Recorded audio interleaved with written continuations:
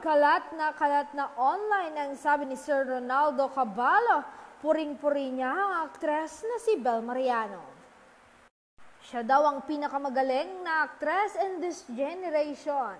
Ayon nga sa kanya, si Bel Mariano ang nagpamalas ng walang kapantay na husay sa teleserye nila ng ka-love team at real-life boyfriend niyang si Donnie Pangilinan na Can't Buy Me Love. Oh, nako! Binuking na ni Sir Ronaldo itong Don Bell.